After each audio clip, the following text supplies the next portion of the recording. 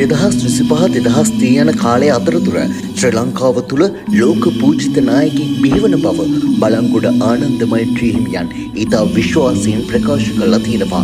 මේ නායකයා බිහිවීමෙන් පසු ශ්‍රී ලංකාවේ අනාගතය සුබවාදීවම 2050 වර්ෂය වන විට ශ්‍රී ලංකාවේ තේරවාදී බුදුදහම මුළු ලෝකයේම ඒ වගේම විශ්වීය ආගමක් බවට පත් වෙනවා කියලා බලංගොඩ ආනන්ද මෛත්‍රී හිමියන් අනාවැකි පළ කරලා තිනවා.